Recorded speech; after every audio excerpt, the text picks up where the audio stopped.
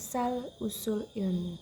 Ilmu dalam konteks yang paling umum merujuk pada pengetahuan yang diperoleh melalui belajar atau pengalaman. Asal-usul ilmu dapat ditelusuri kembali ke awal peradaban manusia, ketika manusia pertama kali mencoba memahami dunia di sekitar mereka. Pada awalnya, ilmu berpusat pada pemahaman dasar tentang lingkungan, seperti mengidentifikasi tanaman yang aman untuk dimakan, memahami siklus musim untuk bercocok tanam, dan mempelajari perilaku hewan. Pengetahuan ini kemudian diturunkan dari generasi ke generasi dalam bentuk cerita dan tradisi lisan.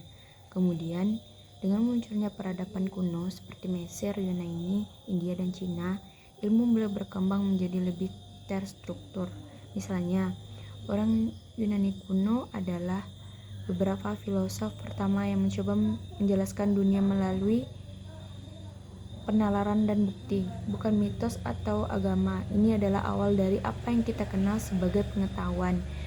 Dengan perjalannya waktu, ilmu terus berkembang dan mencakup sebagai bidang seperti matematika, fisika, dan ilmu pengetahuan sosial. Pentingnya ilmu filsafat. Ilmu filsafat memang sangat penting, baik dalam kehidupan sehari-hari maupun di dalam konteks akademis. Berikut beberapa alasan mengapa ilmu filsafat itu penting. Yang pertama, membangun pemikiran kritis, di mana filsafat mengajarkan kita untuk meragukan, bertanya, dan mempertanyakan asumsi-asumsi kita. Ini membantu kita untuk berpikir secara lebih kritis dan logis, yang sangat penting dalam banyak aspek kehidupan, termasuk dalam pengambilan keputusan. Yang kedua, memahami dunia. Filsafat membantu kita untuk memahami dunia dan tempat kita di dalamnya. Filsafat membahas pertanyaan besar tentang kehidupan, alam semesta, dan realitas, yang bisa membantu kita untuk memahami dunia sekitar kita. 3. Mengembangkan moral dan etika. Filsafat juga membahas tentang moral dan etika, yang sangat penting dalam membentuk nilai-nilai dan prinsip-prinsip kita. 4. Memahami disiplin ilmu lain. Banyak disiplin ilmu lainnya, seperti fisika, matematika, dan psikologi, berakar dari filsafat. Dengan memahami filsafat, kita bisa lebih memahami disiplin ilmu lainnya. 5. Dalam komunikasi dan persuasi.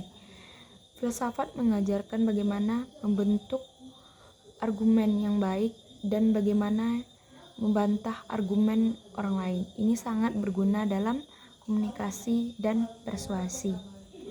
Jadi meskipun filsafat mungkin terdengar abstrak dan teoritis,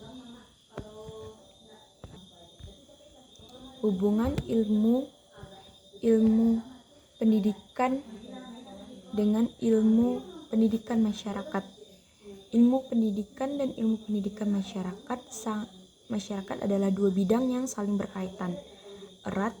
Mari kita lihat hubungan antara keduanya, yaitu ilmu pendidikan.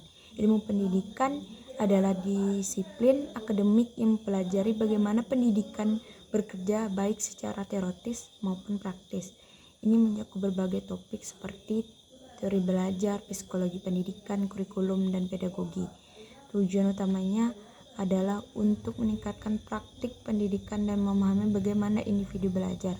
Sedangkan ilmu pendidikan masyarakat adalah cabang dari ilmu pendidikan yang berfokus pada pendidikan dalam konteks masyarakat.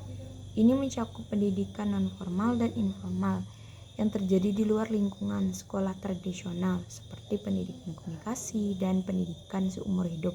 Tujuannya adalah untuk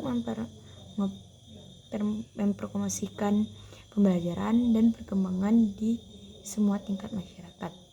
Jadi, hubungan antara keduanya itu adalah bahwa ilmu pendidikan masyarakat mengambil prinsip dan teori dari ilmu pendidikan dan menerapkan dalam konteks masyarakat.